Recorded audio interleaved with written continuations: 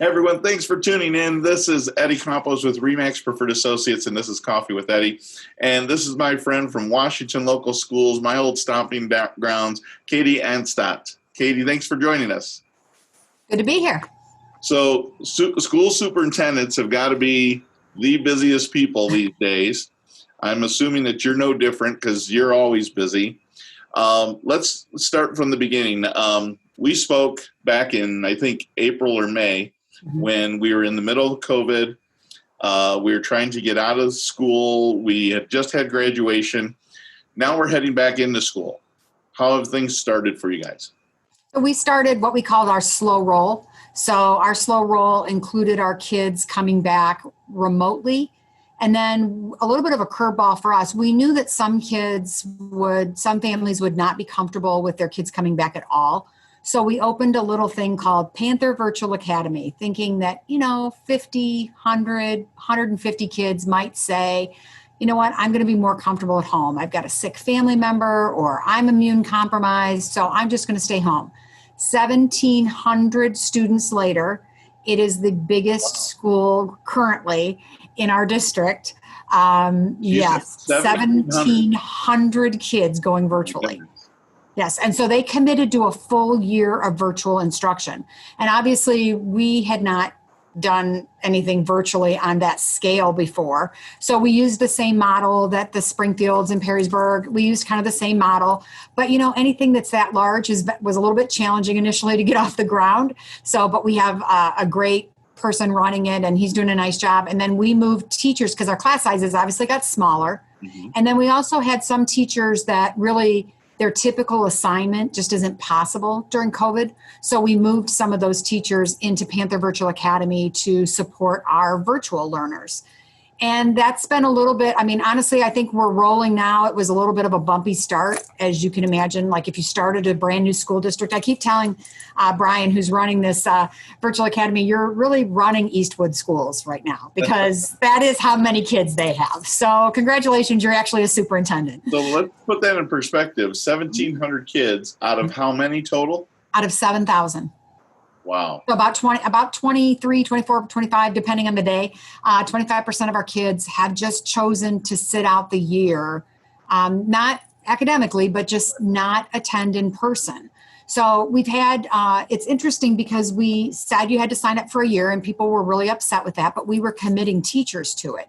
So what we knew is that if people started changing their mind and going back and forth, depending on what our model was, that we wouldn't be able to staff it appropriately. So we had people commit to that full year. And like I said, there were some people that didn't like that very much.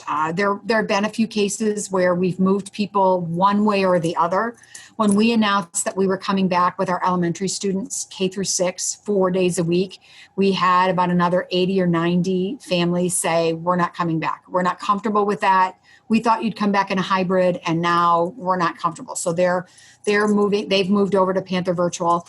Because we had so many students, 900 at the elementary level, move over to the Panther Virtual, it made our class sizes smaller, which allowed us to get back in session. And Eddie, that was really important for me.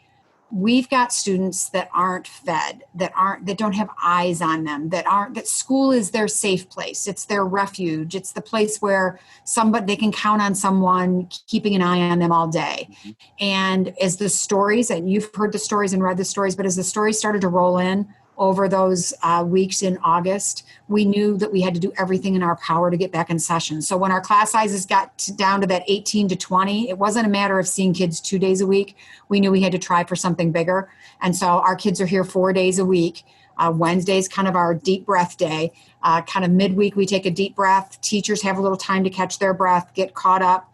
We do a little bit of a deeper clean on Wednesdays for our K-6 buildings. And that's the model we're going to try to stick with, especially with K-6.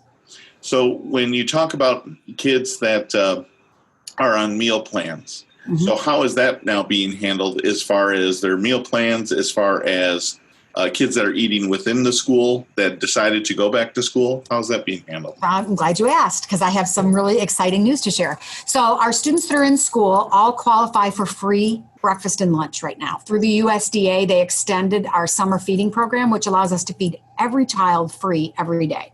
So on Tuesdays, if the families want, they can order a free breakfast and lunch that'll go home so that we're sure they're fed on Wednesday, which is just great, right? So we still have an awful lot of kids, our 7th through 12th graders who are not in school, and we have all of our Panther Virtual Academy kids who are not attending. So we're still also running that line at Whitmer where the cars drive through, they tell us how many students are in their household, and we give them the grocery bag with 10 breakfasts and 10 lunches in it. The last time that we'll do that is next Wednesday, the 21st of October. That'll be our last line through, because after that, our kids will be in attendance. And after that, then kids will be able to order, like our Panther Virtual kids will be able to order their meals online and pick them up at their local elementary. But next week, Eddie, we will serve our 1,000,000th meal since COVID began. So we're calling it a March to 1,000,000 meals. We released a little video today on social media that talks about how excited we are to serve the community in this way, but our 1,000,000th meal since COVID began. That's phenomenal. Oh yeah. When you think about kids that are not being able to get the proper nourishments at home, like you had kind of alluded to, school is probably the happiest part of their day. Right. So whether it's with the teachers and the supervision, or whether it's through their meal service, it's an important place for them to be. So it's really just fantastic that you guys have been put just so much effort into trying to get them in to class as much as possible. Right. We really want to do that. And we're excited to welcome back our 7th through 12th graders. They'll come back on the 26th of October. So the week after next.